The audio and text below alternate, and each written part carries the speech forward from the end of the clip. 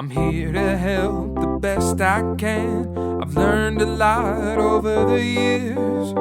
Welcome to my YouTube channel. I called it Nick's Notes.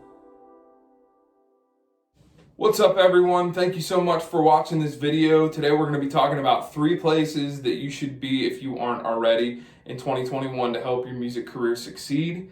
If you don't already, like and subscribe below because it would really help me get my vision across, and that is to help artists just like you, just like I started, find a path with their music careers. I know for me, when I first started, Spotify was just in its infancy stages. Facebook was strictly for friends and family. Instagram didn't even exist.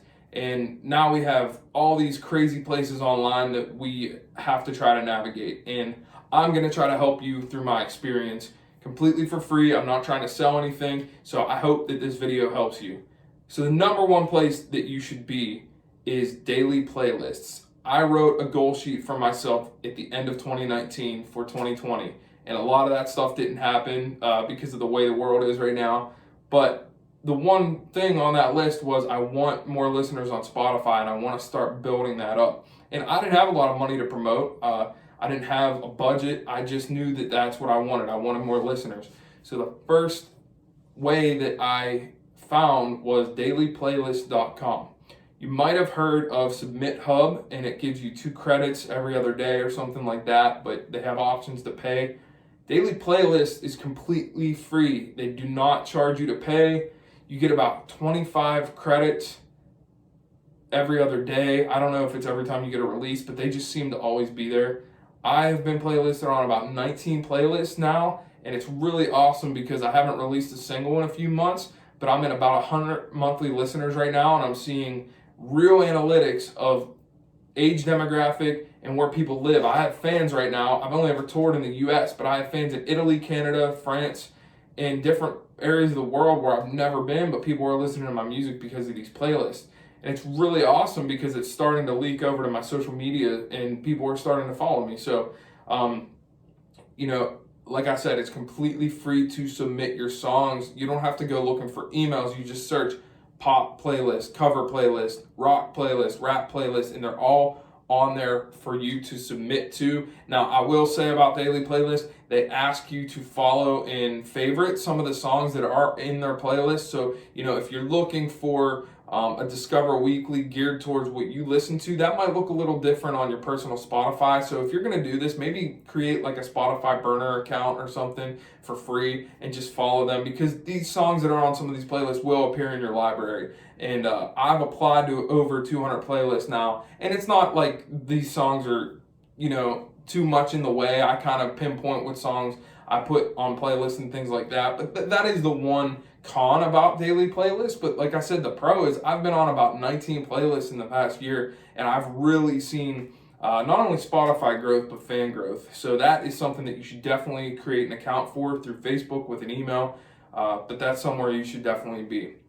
Now, number 2 is something that I don't know if a lot of artists know about, and it's something that I kind of wanted to keep a secret for a while, but I did an artist consultant training with 2 different people last year. One person is Grammy nominated, and the other person is a great indie songwriter in his own right.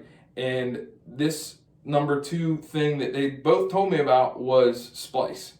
Splice, you might have heard Justin Bieber use Splice samples on his last record that he released. He has a song with Lil Dicky that was used from a sample on Splice. And Splice is a great way, if you're a music producer, to find different sounds, maybe like drum loops and guitar strums. For me, it's perfect because I just started at-home recording last year, and I don't play drums. I have a MIDI keyboard, so I might find a drum loop on there and, build up a drum loop with my MIDI along with that. I've used some of the instrumentals on there to build songs off of. I will say a con with Splice is that maybe like 3 people could have the same sound in their songs, but who knows? I don't know. Splice has been just really beneficial for me because there's like pro quality audio sounding stems on there that you can just plug right into your DAW, GarageBand, Logic Pro, Pro Tools, whatever. Really helpful things that can help your at-home producing, or even like I started, I'll just play Splice online and play along to it on piano and guitar. Splice is about $7.99 a month for the minimum plan. I believe there's like a free option where you could just go listen. It's a music library that's completely free to use once you're in. It's all copyrighted. Like, you can definitely use it in your songs. It's not like illegal or anything, at least at this point. And Splice has been one of the best kept secrets that I've heard about. So go on Splice, see what it's all about. It's a little white logo with an S. I know there's like a Splice video editing app, which makes sense, but this is Splice for audio. So the number 3 place that you should be is, and I'm just gonna say this straight up, I'm gonna be making another video about this, but in your recording studio, like, this isn't online, but like, you should be in your DAW. You should be in GarageBand. You can download LMMS. You can download Reaper, which is free, or I think now it's like $60. But you know, the world that we live in is changing, and I did a class with Ryan Tedder, and he basically said that they would wait to write a songwriting session if somebody was in France until they got to LA where he lives, and now they're just doing everything over Zoom. If you can get ahead of the game and record yourself and have your ideas down before you get in the studio, I've even released singles from my home studio to Spotify that I'm not great or anything, but they've been playlisted like 4 or 5 times through daily playlists.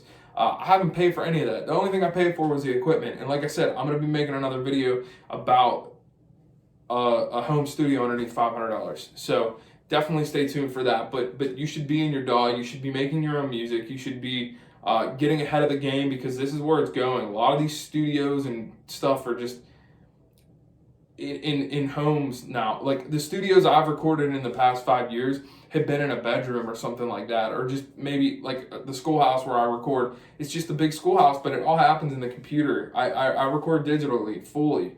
So you can definitely do that, even just with GarageBand. Or if you don't have a Mac, like I said, LMMS, Reaper, Pro Tools Lite, like, you can figure it out.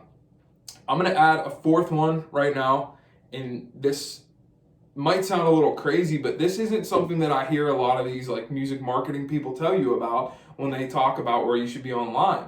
But you should be where your friends and family are. Before I started, it was people liking me for me before they liked me for my music, and I don't think that's really changed. If there's one place that you should be, it is in your friends and family's news feed, in their inboxes. How are you? How have you been? Like, have they come to shows before? Have they supported you? Have they bought your music?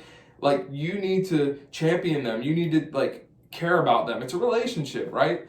There's a really good book too. It's called The 6-Figure Musician, and it talks about these relationships.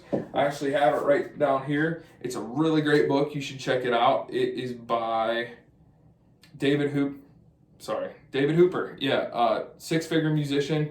I love to read. If you don't love to read, that's fine too. But I'm just telling you, it is about relationships first and foremost. So if you don't have any fans on Spotify, Instagram, whatever, like, find the people who have cared in the past or you believe could care in the future, because that is a big thing that's going to help you grow online, because everybody's online right now. I hope this video helped you. Like I said, I'm going to be making more videos, and thank you so much for watching today. If you would like me to cover content about booking, marketing, promotion, anything like that, songwriting, comment below, and I'll see if I can tackle it. Thanks so much again for watching. Have a great day.